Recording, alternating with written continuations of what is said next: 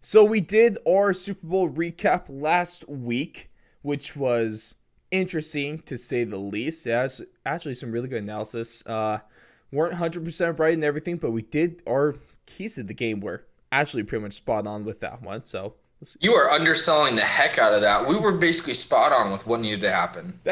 sorry, we told you everything that was going to happen, and it Say we happened. nailed it. Actually, we did everything but the final score we nailed. So that's all that And the matters. winner. Exactly, and the same final score, same thing right there. And if we throw it back, Alex, what feels like a literal eternity ago, what we did is you and I, actually your first appearance on the show, we made our preseason predictions. And some of them were right, some of them were very wrong. But that's what we got for you guys this week. We're going to go through what we had there, talking what we have for playoff dark horses, eventual Super Bowl winners, end of the year award winners. And what we're going to do, we're going to give you our way too early predictions. We're going to give you our way too early Super Bowl winners. And best of all, we are going to bring you our buy or sell segment, talking JJ Watt, Von Miller, Garrett Bowles, little Alex Smith action. Also, a big debate going on right now, Lamar Jackson versus Kyler Murray. Who you taking? We'll answer that near the end of the show. But of course, I'm your host, Ross Allen, joined alongside by my man, A.K. Alex Crop. And we're Hello, Ross. How are you? fan-frickin-tastic, buddy. And we're here to break everything down of what we got right and what we got wrong. But before we hop into things, just wanted to give a shout out to one of our sponsors, Thrive Fantasy. For all your prop betting needs, the easiest place for fantasy, the easiest place for sports betting, the most simple way. You don't have to do any research because they do it all for you. So they got that right there. If you use our promo code today, fourth and long, that's the number 4, THANDLONG, and you deposit at least $20, and they'll match that deposit up to $50. So that's easy money right there. It's almost free money because they're just paying you back. They're paying you back, essentially, is what they're doing with that 20. Yeah, I mean, I'm telling you, you're kind of just you're losing money by not doing this. It is so generous of Thrive Fantasy to be doing this to our listeners, and I know they appreciate it. Yeah. And I think the least that they could do is just go give this place a try. It's basically like an arcade game on your phone that you can actually win money It's and really fun. It's almost it's bad. really Almost fun. bad. It's almost concerning how fun it is, but no, it's a great app. Go take a look at it. Fourth and long. Let's get into it, Ross. I can't wait to get in to see how wrong we were, how right we were, the way too early predictions. But the best thing about the way too early preseason rankings and predictions is when you're talking football, you're talking NFL, it is never too early to start talking about this stuff. So I cannot wait to dive in. Well, Alex, let's just dive on in then. Let's Power go. rankings. So the preseason. What I had from 5 to 1: Seahawks, Saints, Niners, Ravens, Chiefs. All I mean, at that time, that was a solid list right there. That's But 4 out of 5 playoff teams. Not bad. exactly. And it could have been at 5 for 5 if one team didn't get absolutely plastered with injuries this year. So let's That keep might that. be a common theme out of these preseason rankings. Oh, let's no. It's just a common thing in all of our picks. Just wait till we get to the end of the season awards. It's a tough scene. And then what you had the Saints, the Niners, and what you were big on the Cowboys preseason, and then the Ravens and the Chiefs. And to your credit, I don't want to discredit the Cowboys because if they had Dak Prescott, they probably are going to be better than a 6-10 team. 5-11 team. I mean, I think it's extremely fair to say that you look at the way the season ended for the Cowboys and for the entire NFC East. If you replace Dak Prescott on that team of Andy Dalton, of whoever else they were going to throw out there on Sunday, that team is winning at least 8 games. 7-9 won the division. They would be a playoff team. I would hope so. I mean, they're talking about Dak getting 40 million potentially a year. I He think needs that it. guy gets at least 2 or 3 wins over a replacement level Andy Dalton. So, Yeah. Yeah. you know, And let's better not let discourage the Red Rocket too much because that guy didn't do bad, but also the Cowboys are just they weren't good last year, and also you kind of took risks with their new head coach position. And blame Dak all you want, but I don't think that was going to work out anyway with big old Mike McCarthy over there. Tough start to that relationship there, and I don't know. We'll see. Next year should be fun as hell. But let's get on to our way too early. And by way too early, I mean still not early enough. Power rankings. Alex, the floor is yours. So let's go 5-1 again. I like that. Yeah. I am going to start out with a couple teams that just narrowly missed it. And I think the reason that these teams just narrowly missed it, I mean, not I think I know the reason, mainly because I feel like a lot of the teams I put in the top 5, I know a decent amount about what their roster is going to look like next year. I can easily project out what's going to happen. They can make, little slight alterations just on the edges here, but the core of their team is pretty solid. So teams that just missed because of that reason, I had the Packers at 6, I had the Niners at 7, I had the Colts at 8. And all 3 of those teams, I just don't know what their team is going to look like as much as these other teams that I'm more confident at 1 through 5. Obviously, the Colts and the Niners both. Niners have so many free agents. They have so many holes in their defensive backfield along their defensive line. You have Solomon Thomas gone. You have Dee Ford gone. You have all of your cornerbacks, Emmanuel Mosley, K'Wan Williams, Richard Sherman, Jaquaski Tart, all free agents right now. Don't know what's going to happen at quarterback. Your running back room, you have Raheem Mostert and Jeff Wilson, and that's it right now. You don't have Kyle Juszczyk. Trent Williams is a free agent. All these guys are just so much uncertainty, so we can't put that team back in there. And you have a lot of guys coming back from injury as well. Colts, only thing is the quarterback. Everything else, I feel comfortable with the quarterback. You don't know, so I can't put him in there. But even though we don't know, we could throw out the name Carson Wentz as a possibility. Name that I was saying kind of before this whole trade talk was really a thing. So I really hope I'm right about that, because that's just another thing for me to hold over you, Alex, another thing for me to brag about and pat myself on the back about. So fingers crossed there. We'll clip that for sure. And then Packers, I just don't know what's going to happen with them on, the running back position. It's that all they have right now is A.J. Dillon. Do I think A.J. Dillon's a good player? Yes. Does he good enough to, vault him above the other teams that I think their rushing attack is just significantly better than? No. If they bring back Aaron Jones, they're a top 5 team. Yeah. If they sure up the tackle spot, they lost Bakhtiari, then maybe their outlook's a little different. So, maybe they add a J.J. Watt or something like that. That might which change. is something we'll be talking about a little later. I'm sure we will. Ooh. I'm sure we will. But big news. So from 5-1 here, I'll kind of rip through them here. I have Ravens at 5. I have Bills at 4, Rams at 3. Love the Rams this year.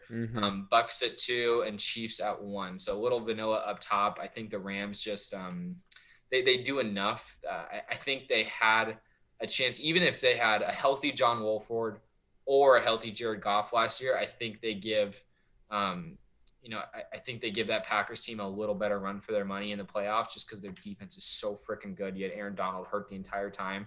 So I think just adding Matt Stafford in there, you're going to have the same role players. And Cam Akers is going to have another year of just seasoning. He's going to be, I think, a force out of that backfield. So I think the Rams are just going to be a freight train from the beginning of the year, and they're going to be right up there in a very competitive NFC West for sure. And now I love what you had. I for you, I'm still a little hesitant on the Ravens, just because the Ravens. I mean, I'll save this point when we talk about Lamar Jackson versus Kyler Murray, but they're missing some certain kind of keys there on that team that could really elevate them and clearly make them a top 5 team. They have the chance to do that, but currently, as we're sitting right now, my confidence was kind of hurt by their performance in the playoffs. But I mean, it's understandable. It's not my fault that they kind of crapped the bed there. That's on them. And some teams, I had the Rams just barely. I had them at my 6 actually. I love what the Rams are doing. I think this is a team. I like Matt Stafford. I've been saying the whole show, I love Matt Stafford, the most underrated quarterback in the league. I just don't know what he's going to look like in a Sean McVay offense yet. I feel like they're going to do well with him. I think he's going to be a great asset. He's going to be better than Jared Goff. The floor and the ceiling has risen in one fell swoop at the same time. So I like that. I just want to see that on the field before. But I think this is a team that could get rolling early in the season and What? then just Okay, hold on, Ross. yeah. What is the point of making a way too early power ranking if you need to see them on the field before? That's not That's how this game works, Ross. that's a fair You fair project point. out. Okay, you exactly explained why this Rams team is going to be incredible. Well, You don't. I know more about these teams besides my number 5 team. I know more Also, besides the the number Raven the 5. Ravens won a playoff game last year. How are you Oh, going to they say it about their playoff oh performance? they won. Well, then what about game 2? What about playoff game 2? They played the Chiefs. What are you Okay, going to do? okay. Well, playoff game 2 was not good. Was not good. That's I no think the no. Ravens looked better against them than the Bills did. Hmm. Debatable, but I'm going with debatable.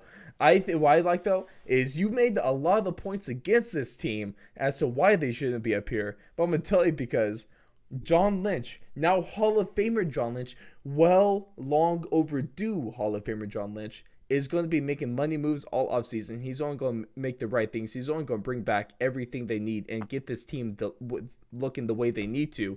The Niners are going to be the 5th best team right now in the power rankings because John Lynch, he's going to keep that team together. If anything, is going to make them better. Maybe bring in a Deshaun Watson instead of a Jimmy Garoppolo. Although I'm still hoping Deshaun Watson to the Broncos. Not going to happen, but we'll see. And so the Niners last year, why I had them so high, because they were defending NFC champions, because they had a really good, well-rounded football team. They had the chance to do that again, especially with Trent Williams there, and maybe get some certain wide receivers in the draft. Maybe another wide receiver in the first round. Maybe a certain Heisman winning wide receiver in the first round could really do some things, a little Debo Samuel action alongside George Kittle. So I think that could be some good stuff right there, a little ceiling raiser. I think Ayuk's better than Debo. Okay, that I like Debo though. Well, I'm still a it's fan of weird though Debo. because Debo. I mean, Debo got hurt all last year, but Debo was incredible the year before. Yeah, Debo in the playoff run was fantastic. Nasty. He's He, I filthy. mean, of course, the run game led them in that playoff run, but Debo Samuel really helped them out in that one. Oh yeah. But my next team, though, let's run through it. I got the Bills. The Bills are still a really good football team. Josh Allen's only going to get better. I got the Packers because the Packers still have the defending MVP. Their offensive line is going to be back, and they're going to get Allen Robinson. So their offensive ceiling is going to be raised, and they're going to keep Devontae Adams because if they don't keep Devontae Adams, fire everyone. Fire everyone because there's no reason to not just throw money. Just throw money at him. And The only way they don't have Devonte Adams next year is if Bill O'Brien becomes their GM. don't put that on them. Don't put that on those Green Bay fans. That would be a tough look. Oh man. And then of course, Super Bowl champs. Bucks in number 2 because like I said last week, the Chiefs are still the most talented team in the league, but the Bucks are also a very good team. Curious to see if they keep Godwin along and guys like that. So they got some offseason choices to make as well with Gronk. Got some choices to make with Gronk as well. And if you stick around to next week, that's when we'll be predicting, you and I, Alex, where these free agent quarterbacks are going to go, where the rest of this free agent staff, and a whole lot more. But there we go. Niners, Bills, Packers, Bucks, and Chiefs from me. Alex, you got the Ravens, Bills, Rams, Bucks, and Chiefs. Now, going to some other things we were predicting. We're of course predicting playoff dark horses. And some of them close, some of them not close at all, some of them right on the money. Alex, what were your 2 playoff dark horses? One for the AFC and then one from the NFC. So let's start with the good here. I mean, I don't know how much of a dark horse they were considered, but I did have the Steelers in there just because I thought they weren't the clear division leaders. The Ravens were coming off a number 1 seed in a deep playoff run, so or I guess not a deep playoff run, but they had a great regular season, so they weren't coming in as those perennial favorites. I was right through 11 weeks here, and I think as we both predicted too, as we were watching the season unfold, This Steelers team was a horrible 11-0 team, and they were just barely squeaking by some teams. You saw You say cracks. horrible. I say literally, statistically, in every way imaginable, the worst 11-0 team in NFL 100%. history. 100%. We proved that. We proved that. They lost. They went 1-4 their last 5 games. That's poor. I mean, that's a bad football team, and that's not also a small sample what size. happened That's to the 5 Browns games. in the playoffs? Yeah, losing to the Browns without a head coach, losing to the Browns without a head coach at home is a tough look. Other one, I mean, so I guess that one was, I guess, a little bit of a dark horse, but they didn't make any noise, so they didn't really do anything. Other ones I had, Falcons. I get enamored by this team every single year. I love their offensive weapons. I love their jerseys, red and black, just screams points to me. Their defense. We kind of got the new ones too, the gradients, the ATL. Yeah, I wasn't a fan of the gradients. just everything about it just screamed high offense, and they had the weirdest start to a season I've ever seen out of an NFL team. They were losing games off of onside kicks. They were blowing 2-point lead or 2 possession leads in the fourth quarter. Dan Quinn didn't know what to do. Dan Quinn gets fired. Raheem Morris comes in, got him playing a little bit better. Todd Gurley was horrible, except in the red zone. He could score touchdowns, but in the red zone. But if you're asking him to do anything but that, you're asking the wrong man. He was basically Trent Richardson, is what he was. He was a Trent great Richardson with vision. Yeah, and no knees. Come on, we all remember that one kind of video with him on the Raiders, how there's that gap that you could drive a truck through, and then he cuts the other way. And that was just... He just seeks contact. Trent Richardson needs contact, but yeah, and then Julio got hurt all the time, so that was just even Calvin Ridley spent some time. Another reason for I mean, Calvin Ridley's incredible, but yeah, so Falcons definitely did not live up to the expectations, but I'm sure your 2 teams fared a little bit better than mine, right? One maybe. Out of the NFC, I had the Arizona Cardinals actually. Were we doing playoff dark horses or almost playoff dark horses? Playoff dark horses. Oh, okay. So I was just making sure that we had the same gauge of who was right or not, or what was the actual measurement there. Yeah. Funny guy. Make your case though, Ross. The Cardinals are a better team than the Steelers last year. I mean, of course they. All right. Come on. Head-to-head matchup. I'm taking the Cardinals over the Steelers. No chance. There is. What do you mean no chance? That is maybe one of the biggest coaching mismatches in the NFL, besides Bill Belichick, Anthony Lynn. Well, coaching mismatch. Okay, that's fair. Cliff Kingsbury is atrocious. That's fair. Yeah. Mike Tomlin's one of the best coaches in the NFL. One of the most underrated coaches of all time. So that's fair, but talent-wise, you think that's the biggest spread of athleticism at the quarterback position ever in the NFL? In terms of matchups, that has to be one of the biggest. 48-year-old Big Ben who's 290 pounds. And then you got Cutler freaking Murray. Who's a water bug. That would be incredible to watch. Oh, give me a combine with just Cutler Murray and just Big Ben, just head-to-head combine. Oh. I don't even think Big Ben would beat him on the bench press. No. Well, the elbow, man.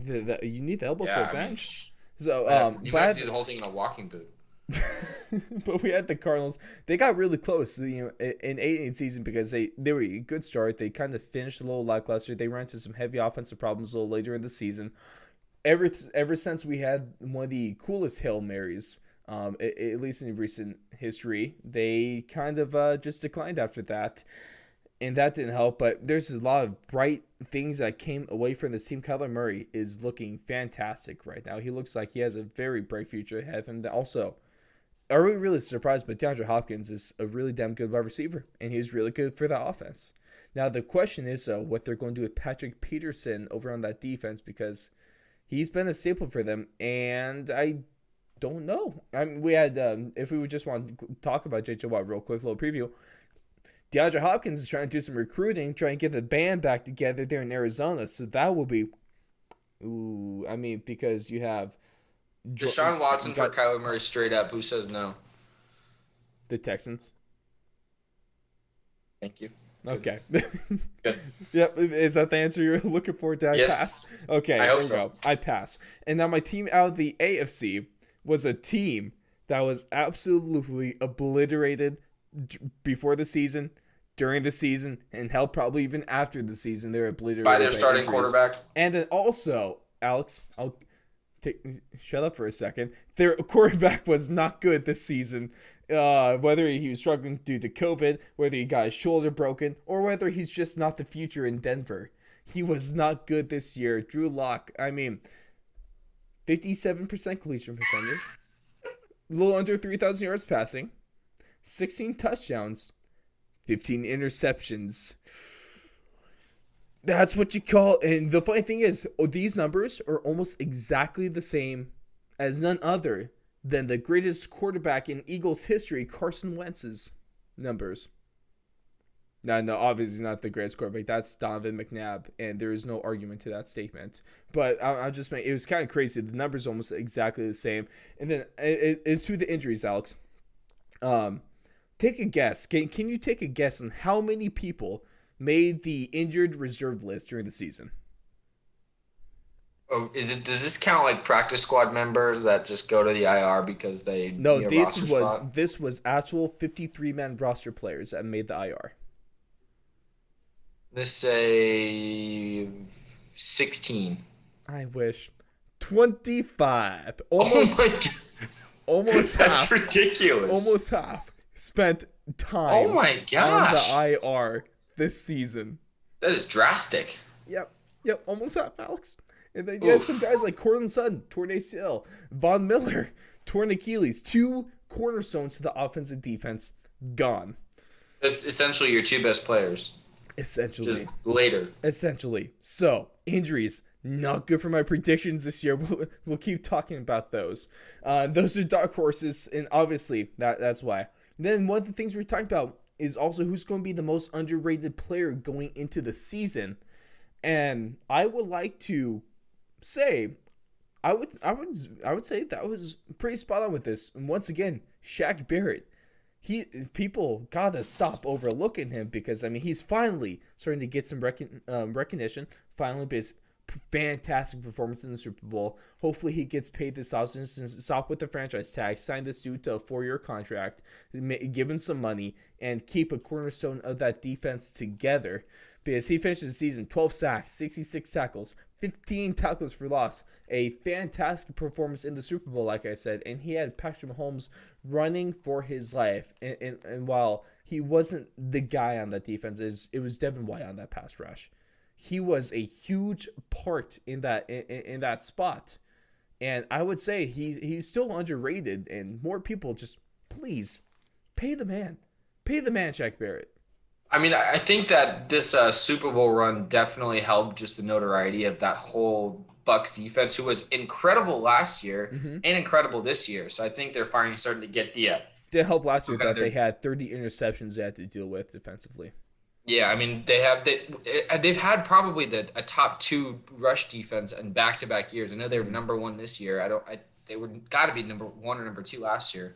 But you had guys like Vita Vea, Levante David, Devin White, Shaq Barrett, all these guys.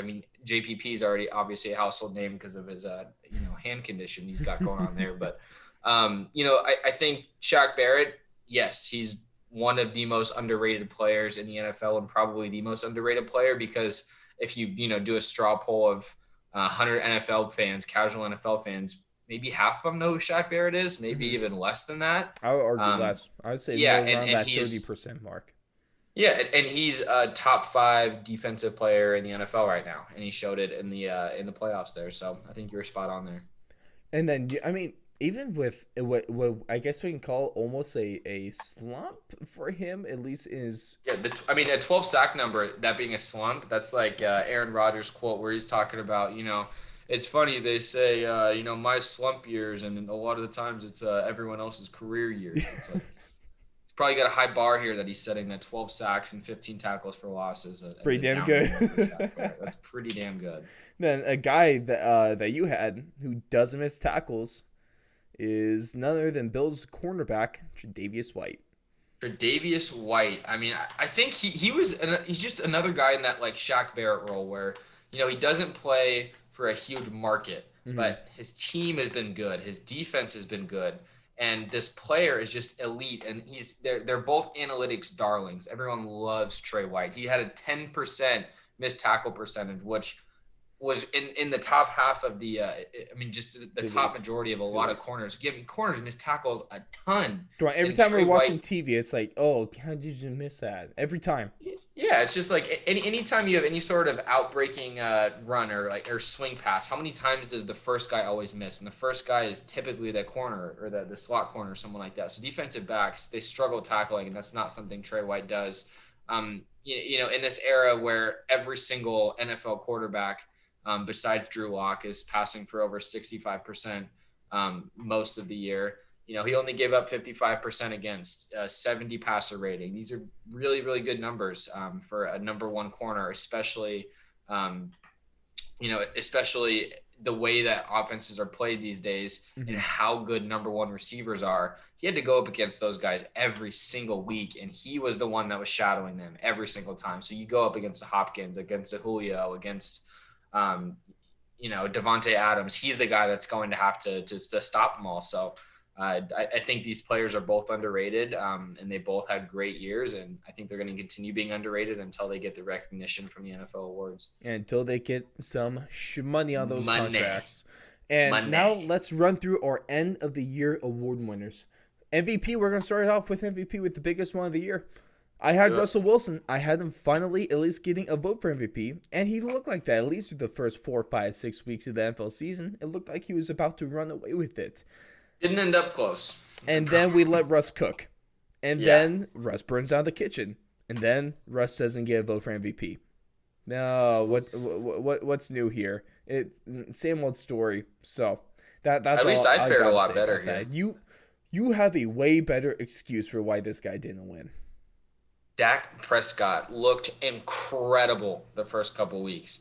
And then all of a sudden his ankle points to South Dakota when he's sitting in North Dakota, and it's not a good situation there. So no, it's just a cramp, right? And thanks to just a really, really bad cramp that caused an ankle bone to dislodge. The worst thing Romo's ever said, and also really the only bad thing he's ever said. But I mean, you can't get mad at Romo. Sorry, He's yeah, kind of an angel. But yeah, both of us. But this is what we did. We you go for those high-profile quarterbacks that lead good offenses that run a little bit, and we got burned because Russell got a horrible offensive coordinator and Dak has wobbly ankles. I mean, what are you gonna do?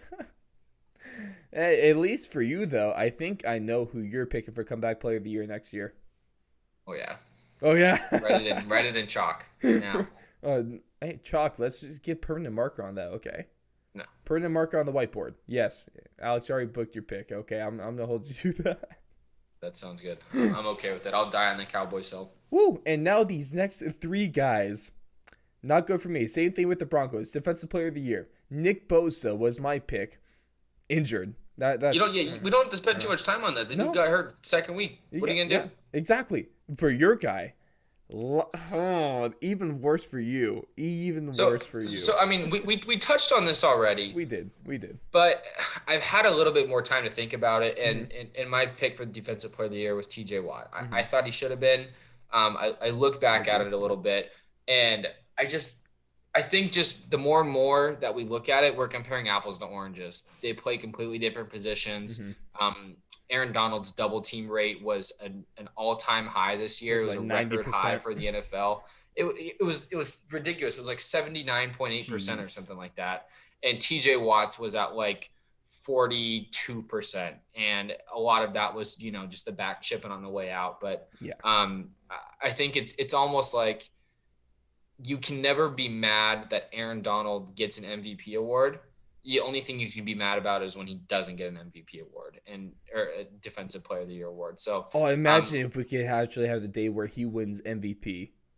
Yeah, I mean that would be something. Maybe that's what they have to do. Maybe they have to give him the MVP and then give T.J. Watt the Defensive Player of the Year, like they do with Derrick Henry. See, my dream, Alex, is Offensive Player of the Year goes to Quinn Nelson. If the day that happens is a day that I die extremely Or just happy give it to with. like an offensive line unit. If there's like the Cowboys like 3 years ago or the Eagles when Even they the had Colts now, the Colts, when the oh Eagles. Do you man, remember when the Eagles had Lane Johnson and Jason Kelsey and Jason yes, Peters and they were yes. mauling There's a reason people, they won the Super Bowl that year. mauling people.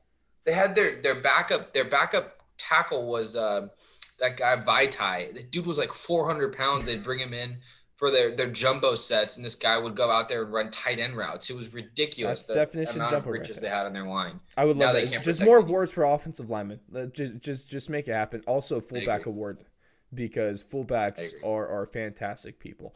I And agree. now for offensive player of the year, I had Christian McCaffrey. You want to know what happened to Christian McCaffrey? He got injured. That's all I Starting have to to see a say about theme that. here. He was looking amazing. Then he got injured, and then he came back, and then he was gone again. That's all I have to say about that. And for mine, I'm gonna say I got tractor C-toed. And I picked Patrick Mahomes and did not anticipate that a 260-pound bowling ball would run for 2,000 yards. And uh, I can't be pissed about it because I love when someone other than a quarterback wins an award like this Yes.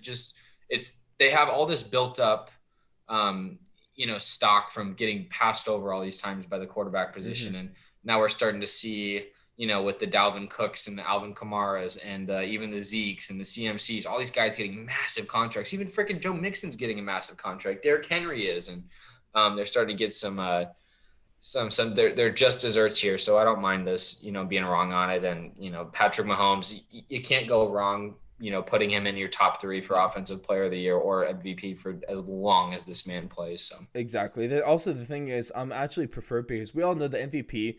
It's really a quarterback only award. for It's sure. it's almost impossible for anyone besides a quarterback to win that. So so if we can keep the quarterback winning MVP, if we're going to and at least have offensive player of the year go to a non-quarterback, I'm then okay with that. I'm okay with that. Now It's a good trade-off. exactly offensive rookie of the year though. I had none other than Joe Burrow. And we all know what happened to Joe Burrow. He played behind the worst offensive line in the league, hands down, and he got murdered and he tore his knee and he missed the season due to injury. And that's all I have to say You about that. you might get a call from a couple agents next year to just to Stop leave picking them. all of their players off of your segments. I I mean, swear. they this is starting to become It's ridiculous a here curse. when It's a you make legit like curse. seven predictions and six of them have catastrophic injuries. And the only one you didn't have that prediction on, I picked Dak Prescott, so we kind of just comboed that last one. But Mm-hmm. but yeah, I mean No, Alex, I that have was a even tough bigger scene. scores. I'll tell you, the last three running backs I've taken in fantasy football in the first round of the draft, all of them have ended up injured at least some point in the season. This most recent one was Austin Eckler. It's Or tough not to injured or swallow with missed him. because if we go David Johnson, my current streak right now is David Johnson, then it was Le'Veon Bell, then it was Austin Eckler. Mm, Yeah, that's mm, not great drafting on your mm. part there, Ross. I don't No. know if I can Well, I'm really sorry warrant that any of that. the people just get injured, Alex. I can't predict that. And another guy, well, you have a little excuse with your guy. He had a small injury, missed a few games during the season. Yeah, I mean, I think this just goes back to if a quarterback plays well and is a rookie, he's gonna win. It's Yeah. just that it's just the volume of it. Unless you have some situation where you have a running back or receiver, break 1,000 yards rushing or 1,000 yards receiving and be so impactful Hmm. on top of another quarterback, not really popping. But yeah, I mean, Clyde had a great start to the campaign. Looked great against the Texans. They were featuring him a ton.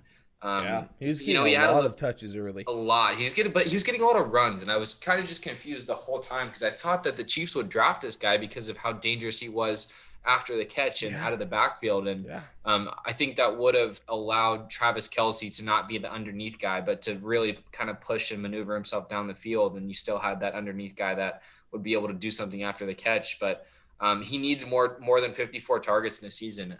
He needs to be up around the 80, 90 mark. And I think he can catch 55, 60 balls in a year.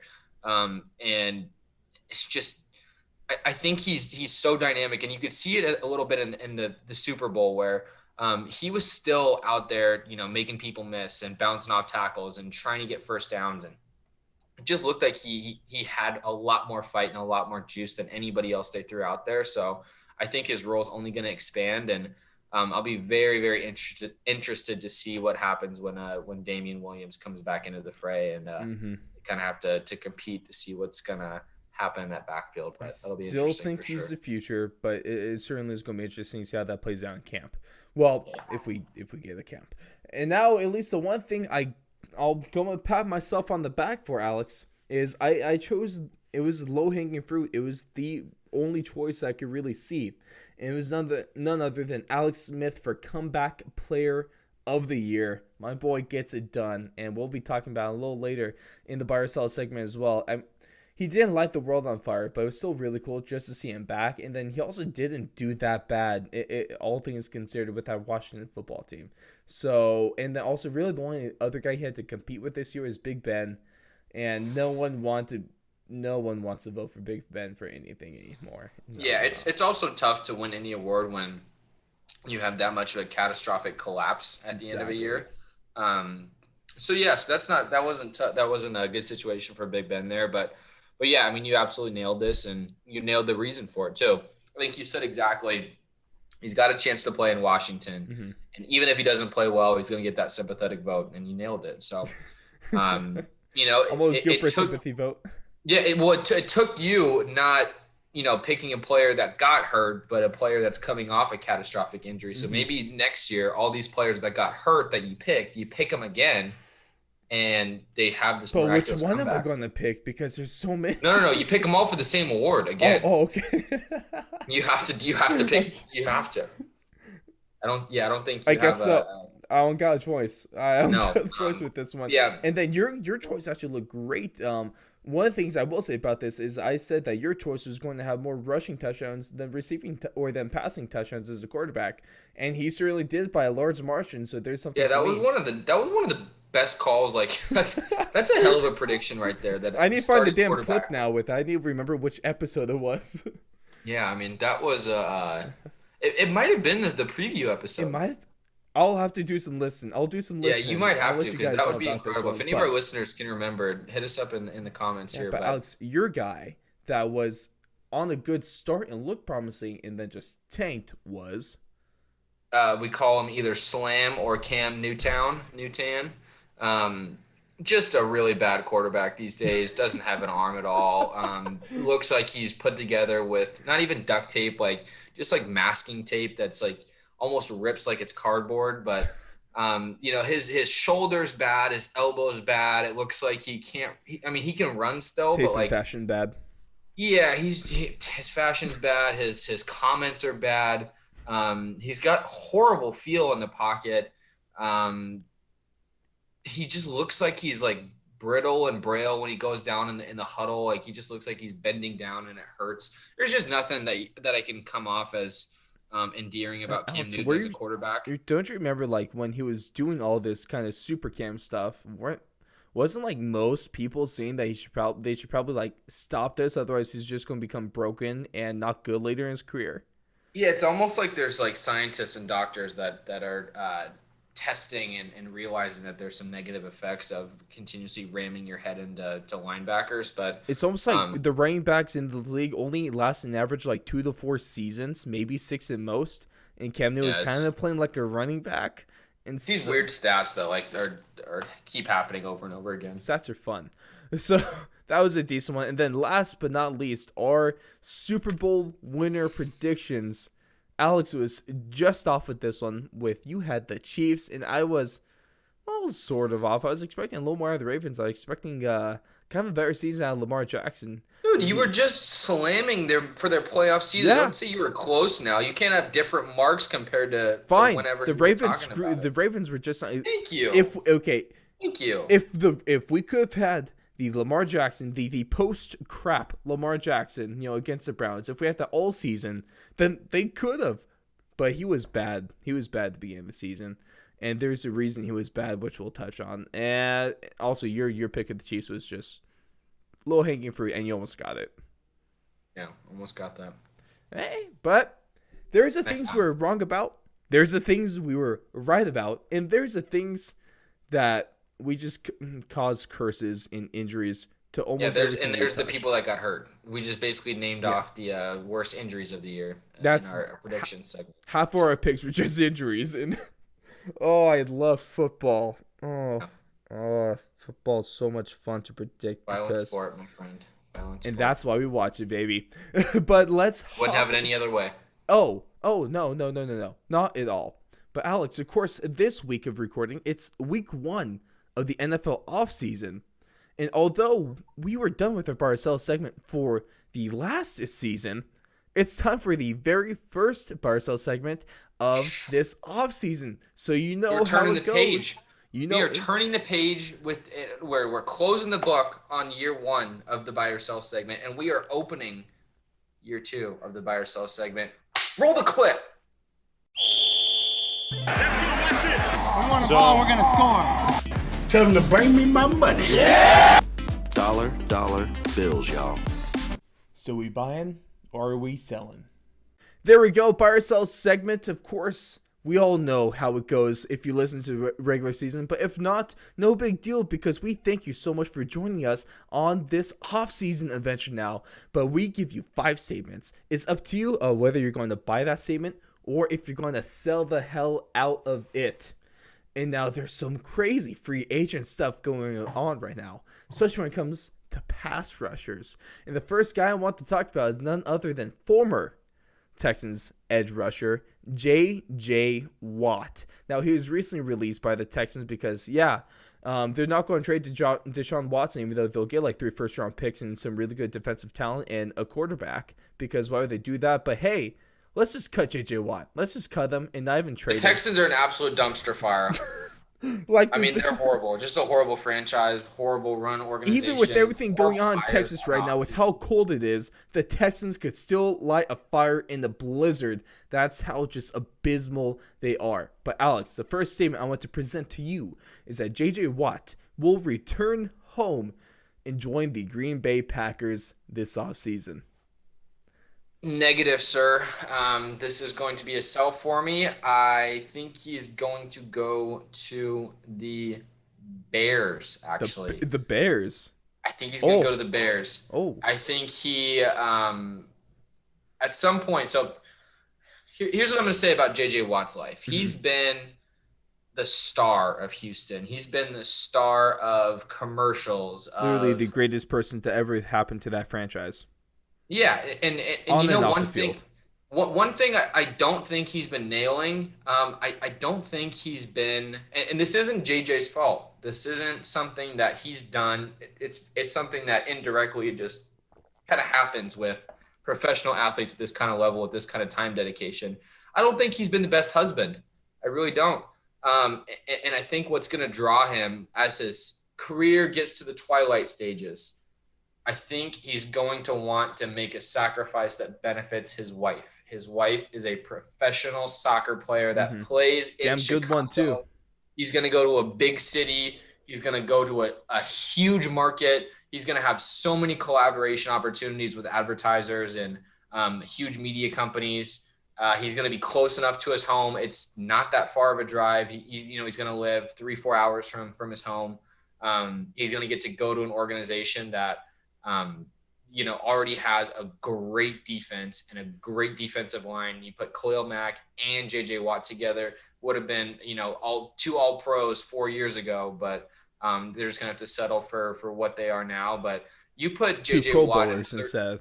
Yeah, that little downgrade there, but I think he's going to go to the Bears. So I'm going to sell that statement and buy that J.J. Watt needs to be a better husband. Wow, that's one hell of a way to analyze the game of football, Alex. So, I do like that point because personal lives, like or not, agree or disagree, personal lives do play a role in where these guys go, 100%. Especially guys that are established. I think they have the leeway to be able to do something more. And it's weird because if we want to talk personal, he's a Green Bay guy, he's a Wisconsin guy. I don't think he goes against that kind of Wisconsinite in him. I don't think he joins the enemy with that. But at the same time, he's been in Houston for 10 years, 12 years. Don't matter. We all know where we're born. It's all about the roots. He went to the University of Wisconsin. What did Texas do for him? Let's talk about Although I love the idea of him being with Green Bay, that makes that defense so much incredibly better, and it makes him really a way bigger contender in Super Bowl. I would love the idea of him going to Pittsburgh and completing the holy trinity of Watt brothers over there. That would be just really damn cool to see. But I don't think the Steelers had the cap space necessary for that, especially with Bud Dupree being a free agent and all that fun stuff. Where I see J.J. Watt going, I see him going to a contender, and I see him going to a team that also is a little lackluster on defense at times, but has a great offense. It's another B word. I thought you were going to say this team, because he's going to the Buffalo Bills, and the Buffalo Bills will win the Super Bowl with J.J. Watt on their team. Wow. I love that. Dude, that is the first statement of buy or sell of 2021 season. That is a start, my friend. Hey, I like the Bears because the Bears haven't really been talked about much, so I do like the Bears. I was kind of worried when you said, but I thought you were going to steal my thunder. I was like, oh, man, am I just going to have to agree with this guy? Damn it. The first statement by ourselves, I'm just going to have to agree with him. No, I'm glad. Khalil Mack and J.J. Watt would be fantastic. But also, that defense and that secondary unit. J.J. Watt, the Buffalo fan base would love J.J. He's Watt. such a Buffalo guy. I feel like he's a Buffalo guy, or at least a Bills Mafia kind of guy.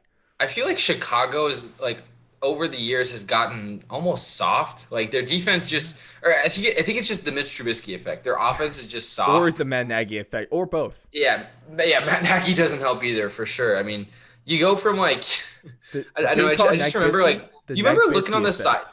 You remember looking on the sidelines a couple years ago and seeing Mark Trestman and his really thick glasses on the sideline trying to read his play sheet? That just something about watching that and just that image kind of burned in my head. I just cannot go back to the Bears being this intimidating force. You remember the '85 Bears and you remember the Bears versus Colts and those kinds of stuff. Remember, my still favorite Bears player of all time is going to be Devin Hester, but even he brought fear into teams. But when you play the Bears now, you just it's the Bears. I mean, those Rex Grossman led Bears teams with Peanut Tillman Jay back Cutler, there. Hell yeah! Oh my gosh, those teams were nasty. And Brandon Marshall, Matt Forte. Marshall was good. The Danny Trevathan now he went to the Bears after. Yeah, now I just don't like them. But from J.J. Watt to another big time pass rusher. We're still not sure if he's actually gone yet or not, but there's some rumors speculating. There's some things whirling around the wide world of sports, especially in the NFL. And Alex, my next statement to you is that Von Miller's career with the Broncos is over. And now, right now, there are some reports, most importantly from Stadium.com, that the Broncos are leaning towards declining Von Miller's option for his 1-year option pretty much to extend his contract. And though there's been more reports that come out saying that they have even talked to the agents of both Justin Simmons and Von Miller, which I don't know which report is worse. I really don't know. You should have talked to these guys a while ago. But there's also been talk that he might be collateral in the trade. There's been talks that they're going to trade this guy for a while. He might be a guy for Deshaun Watson because Deshaun Watson's thinking it sounds like he's between Niners and Broncos. So, no contact made between two parties. There's been all this speculation that Von Miller's done anyway. Is he done? Is he done in Denver? So I'm going to buy your statement that he's done in Denver. Mm-hmm. What I'm also going to buy is he is going to go to a team that resides in Texas. What I am not going to buy is that it's the Texans. Ooh. This man, Von Miller, went to Texas A&M. Yep. He grew up in DeSoto, Texas, which is a suburb of Dallas. Please don't say it, Alex. Von Miller is going to lead the Cowboys to a playoff berth next year, and you can put it in the books today. They're going to trade Von Miller for Michael Gallup.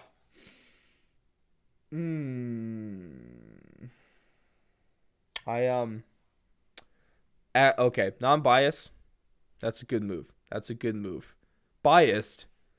Oh, please, God, no. Please. Well, it's because not only my bias is a pro Broncos, but anti-Cowboys. It's for both of those. I'm sorry. There. I mean, you can't change a guy's hometown. You just can't.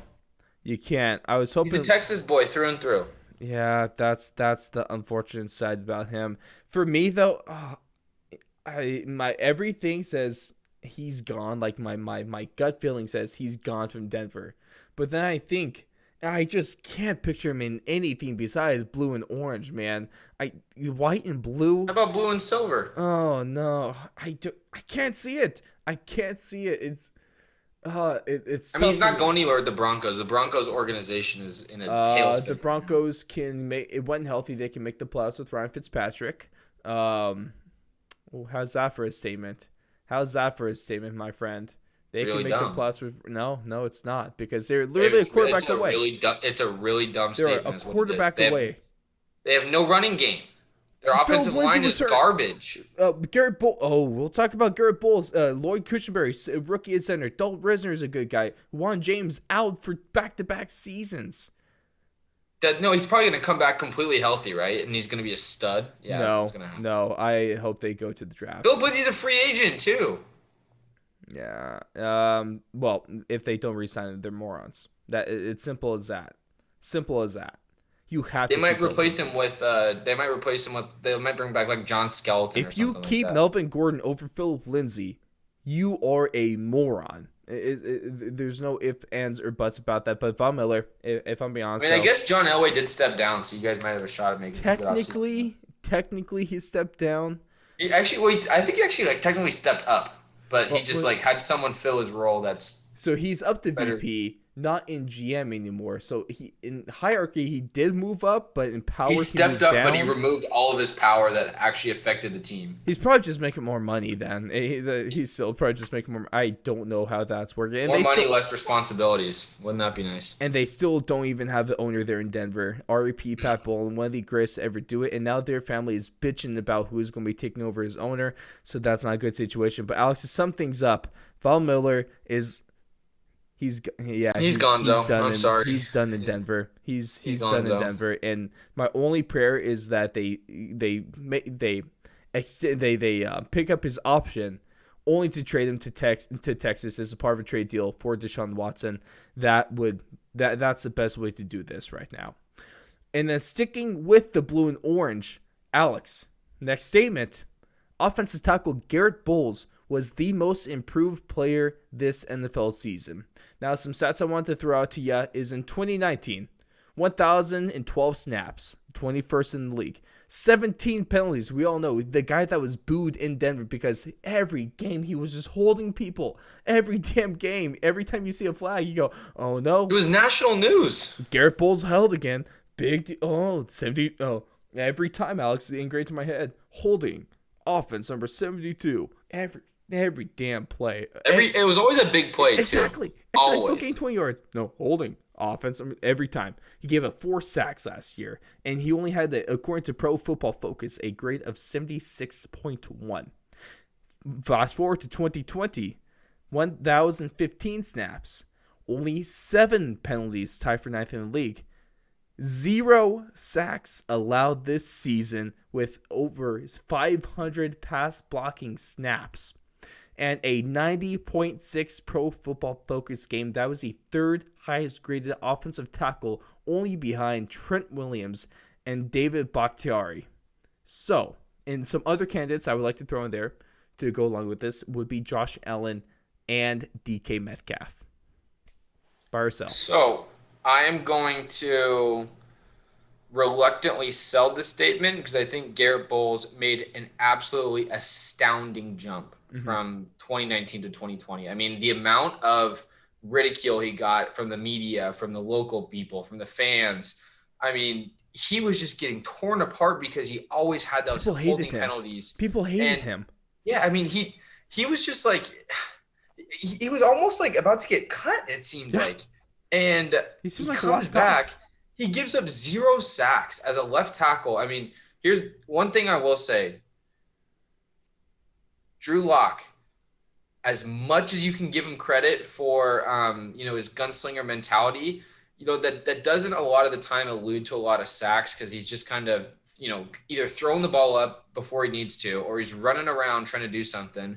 But you never see really high sack numbers, especially from the left tackle spot. Because if you think about the left tackle spot, that edge rusher is typically the best edge rusher that they have. Exactly. And a lot of the times the only way that they can beat a guy is speed rush outside or the spin back inside. It's almost never a bull rush. And that what that kind of alludes to is any quarterback that has any sort of wiggle to him at all, that's the first defensive lineman that they're going to maneuver around. And it's just very rare these days that a good left tackle or a solid left tackle is going to give up a ton of sacks. It's just not how the NFL is really done. A lot of the times it's the stunts or the blitzes that's going to get the actual sack. But a lot of the times it's not that one-on-one pass rush anymore. But I think you got to go with Josh Allen just because of the jump he made. It's just purely from an accuracy standpoint. Yes. Purely from he made 70% this year. It's just crazy to think. That's some Drew Brees numbers right there. Yeah, we thought this guy was going to be just your, I don't want to say it because it's almost disrespectful, but almost like your Joe Flacco type where he just had a cannon arm and didn't have any sort of accuracy. Well, Joe Flacco is elite. He's elite. Yeah, I mean, he won a Super Bowl, so you can't really get too pissed at it. But that was his mold. He was like that big, massive arm quarterback, but he made a huge leap, and a lot of that is due to bringing in Stephon Diggs. Gabe Davis was so underrated this year. He's a stud out of UCF. I think Cole Brian Beasley was extremely underrated in my opinion. He had something. It was some stat where he had the most catches where he had one or more steps on the cornerback or something like that. He was creating a lot of separation, and his rap game is phenomenal. And in the red zone, he was incredible. And just that last series that the Bills had in the playoffs where he ripped off, I think it was against the Colts, maybe, when he had like 3 straight sideline catches at the end of the first half. That was just insane to see a rookie do that, especially in a playoff stage like that. So I think you got to give it to Josh Allen. But Garrett Bowles made a huge improvement this year for sure. In my opinion, of course, both these guys, it's it's an offensive tackle, it's a quarterback. It's apples to oranges at this point. It's hard to compare them with stats and stuff like that because it's two totally different things. You can't deny the fact that Josh Allen made a tremendous leap from 19 to 20. Can't deny the fact that Garrett Bowles made a tremendous leap from 19 to 20. They both, in their own right, deserve something like this. But just from public perception, at least in my opinion, I was going to give Josh Allen a lot more time. He still had everything you need in a quarterback. I was going to give him build an offense, give him a coach like Sean McDermott, and let him continue to grow because it's only year 2. This is only like year 3 for him. So give him time. Same thing like Tua. Give him time, which hopefully the Dolphins are actually going to do. But for me, Garrett Bowles, I didn't want to give him time. I wanted him out, along with 90% of the Denver fan base. Then what does he do? He gets some coaching from arguably the greatest offensive line coach in the league, in Mike Munchak. And then he goes and turns himself into arguably an all-pro tackle where he was snubbed. He was like second team all-pro. He should have been all-pro. Let's be real here. A left tackle that does this, the shining light on a abysmal and just crap offense. And a guy that was almost that Broncos fans, if these were Eagles fans, he would have his head on a stake at this point. But now he goes out and he redeems himself. He gets himself a fat contract extension. He's going to be in Denver for 4 more years, and the fans now love him. I'm going to give it to Garrett Bowles because I think he earned this one, but also that I don't want to discount Josh Allen because, damn, we already highlight this. Fantastic season. Now, the next statement, Alex, is that Alex Smith is still an NFL starter. I'm going to sell it. He's really bad. He's really, really bad at being a quarterback right now. There's a reason Taylor Heineke was started a playoff game this year. The calf. Yeah, I mean, Alex Smith he's just not that good. That's just what it is. He's got a great story, but a great story and sympathy only usually lasts for a year. And he's never going to stop being a good guy. He's never going to stop being a great story, but he definitely has stopped being a great quarterback and even a good quarterback. But he's going to be an incredible backup. Yeah. an elite backup I quarterback, just which want is for not his so, guidance, man. It almost like not a Ryan horrible. Fitzpatrick rule, where he Why? can, Here's my question. yeah. Why wouldn't a team like the Carolina Panthers, who is not going to bring in a Trevor Lawrence or probably a Zach Wilson, maybe probably not a Justin Fields, but if they pick up a Mac Jones or if they pick up a Trey Lance, why wouldn't you want to bring in Alex Smith to That'd be tutor that guy, to That would mentor be that guy? perfect. And even if Alex Smith plays 6 games at the start of the year, like the Ryan Fitzpatrick treatment, but not Ryan Fitzpatrick because Ryan Fitzpatrick's actually a good quarterback. Yeah. But you just put him in there for 6 games. He's going to not play well. The team's not going to be horrible. They might be 2-4, 3-3, but you give him 6 weeks, and you saw what happened. For the locker room presence alone. For the locker room Who was the last quarterback that had a full year under Alex Smith? I think we all know the answer. It's the guy that's making $500 million over 10 years. He clearly has some sort of teaching acumen, so throw him over there with anyone else, and he's going to be a great quarterback coach when he grows up. Exactly. He's not. I hope you don't buy this statement. No, he's not a starter because Taylor Heineke is a starter in Washington, and Taylor Heineke is a starting quarterback. There's an issue. But Alex Smith isn't. He could be a good backup, and like you said, great backup. I love him as a leader. I love him Elite as a mentor. backup. Yes. I love him as just a locker room presence kind of guy. He's a guy that's just going to elevate the people around him, not because of how he plays on the field, but just the way he carries himself on and off the field, on the practice field, off it, in the locker room. That's a guy you want as a part of your You want him in your organization. You want him as a leader, just not on the football field. And that's not a knock. That's not a knock on him. He's just not that guy anymore. I much rather he's going to be a way better backup than Cam Newton ever will be if he even gets signed as a backup. I'd much rather have Alex Smith on my team than the Cam Newton at this point. He's not an NFL starter. Taylor Heineke is, and it's just going to take that backup role with that one. He is a undrafted or a unrestricted free agent in 2023, so he would have to be traded. But you probably don't need to send anything expensive for Alex Smith. Maybe 4th rounder, maybe a 3rd. But it's probably like maybe. I mean, the Washington football team also might just jump up in the draft and get a quarterback and keep him. I mean, yeah. Well, they need to make some changes at quarterback. Taylor Heineke might not be the future, but at the very same time, he might be. Who knows? And now, 2 quarterbacks that are clearly the future of these 2 franchises: Kyler Murray, Lamar Jackson. Who's better? Alex, Kyler Murray is a better quarterback right now than Lamar Jackson, and you would rather have him on your team. I'd rather have a bag of sand than buy this statement. Are you kidding me? Here's the main difference of this whole spiel you got going here with your Lamar Jackson versus Kyler Murray. Give it to me. Look at their records as starting quarterbacks in the NFL. Lamar Jackson and Kyler Murray are no debate. Hey, Alex, can I throw something in there too? Can I throw something in the pot? Go ahead. Better record, and Kyler Murray has arguably the best wide receiver in the league on his team. Who does Lamar Jackson have? Has Lamar Jackson ever had a number 1 receiver? Has he?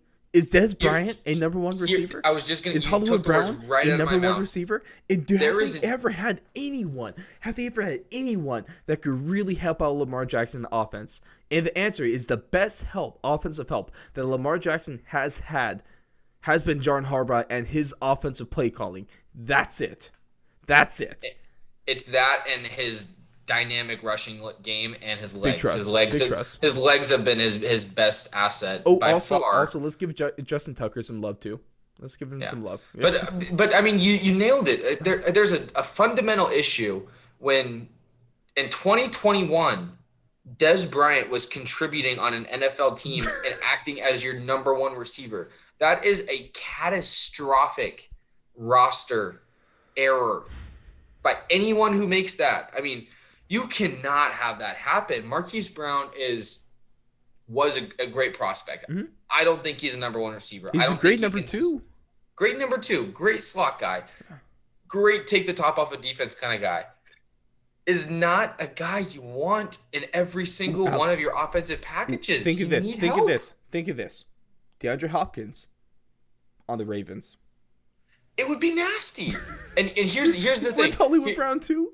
Here's the thing that we haven't even said that we probably should have right now. Lamar Jackson won an MVP, a most valuable player in his second year in the NFL. Do you know how hard that is, Ross? I don't think Kyler Murray's going to do that next ridiculously year. hard. I don't think he's going to do it.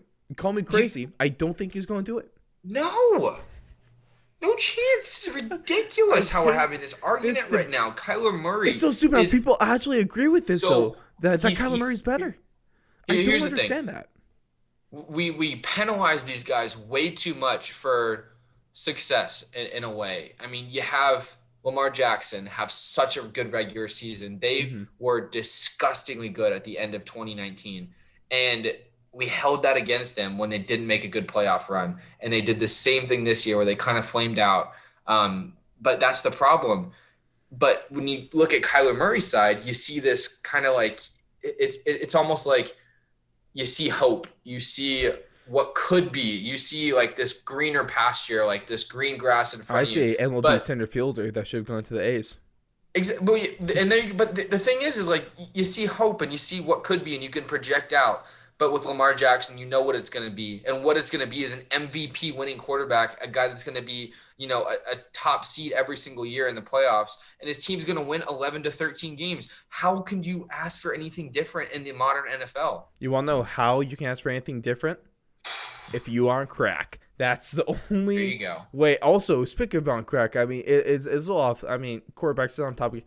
Apparently, there's a handful of scouts that believe that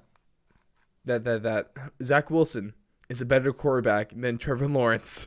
There's just wanted to let you know. That's actually a really good take because I'm a huge fan of not reading any of the measurables or watching tape or seeing anything, but just like hopping on like the media bandwagon darling that everyone. I mean, here's the thing: is like I see a fundamental issue when you have a guy on nobody's draft boards, and then he has a good year, and because he's got a rocket arm and wears an arm sleeve, he's all of a sudden the next coming of Patrick Mahomes. Like no, he's going to be next John Elway, obviously. I don't know. But what we do know, Alex, is that Lamar Jackson is better than Kyler Murray, and it's just every day of the week. Stop with this conversation because I've seen people actually arguing that Kyler Murray is a better quarterback than Lamar Jackson.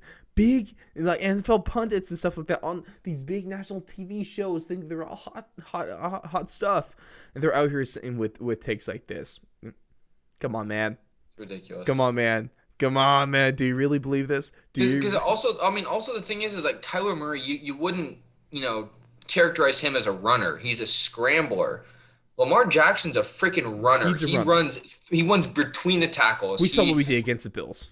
Makes game-changing runs. Kyler Murray does that. He's your third down go-getter, and don't get me wrong, he's great at it. The most athletic quarterback I've ever seen under 6 foot. I mean, this guy's incredible. I mean, it's kind of just it's him and I mean, I don't even know really how to describe him. He's Michael Vick without the downhill running, and Lamar Jackson is legitimately a running back playing quarterback.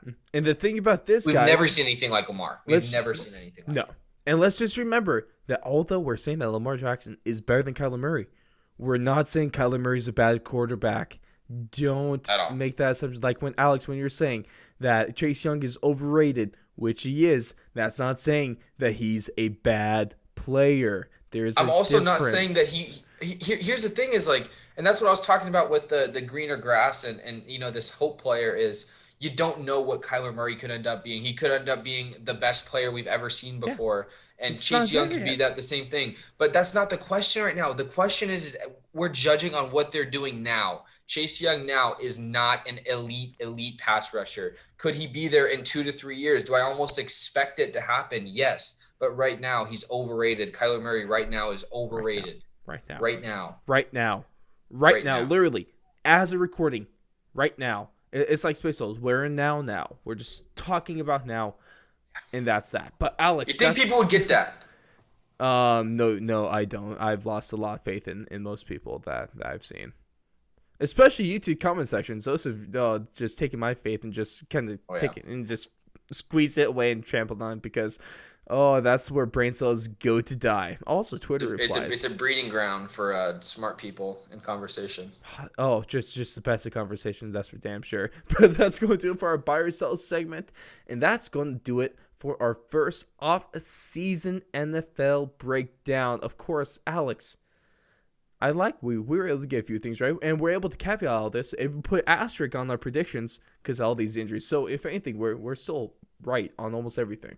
We got some right, but one thing we definitely did not do is get anything wrong. So as long as we have a 0 or like a TBD in that loss column, I'm good with any record because it's you know what they say. Not if a losing you're not record. Wrong, you're right. So we're always right, 100%. like usual on this show. But ladies and gentlemen, thanks for tuning into this one. Thanks for sticking around to the end, and a big thank you to our Patreon subscribers. A shout out to Ray for all your sports card needs. Go to Instagram, follow at the Big Bat Box. Fantastic card company right there. Also, thank you to Neil Wiley. Shout out to his YouTube, Chosen Problems, as well to Ryan Watson. We all love you so much, and we thank you so much. Also, Thrive Fantasy, please get started on that because I just want you guys to be successful, and that's what it's going to do. Alex, thank you for your time today, and then to totally sum up the NFL season, we kind of touched on this a little bit with our Super Bowl breakdown, but just to sum it up, one statement. It's almost like the quintessential yearbook signature. What a fun and crazy ride it's been. NFL 2020. Here's what I'll leave everyone with. Mm-hmm. At the end of the day, there's two main things if you're looking for a Super Bowl contender. Do they have a good coach? Do they have a good quarterback? It's the two C's. The two C's, not the quarterback I know is with the Q here, but it makes more sense if I say it with two C's. So if you got a coach and you got the quarterback, you will be a good team. Everyone take notes. Ryan Pace, take notes. And to sum up this NFL season, Alex, I just want to leave you with, I don't know. Ladies and gentlemen, we'll catch you in the next one. Have a great time listening to this and our other stuff if you haven't been able to catch up yet. And we will see you in the next one.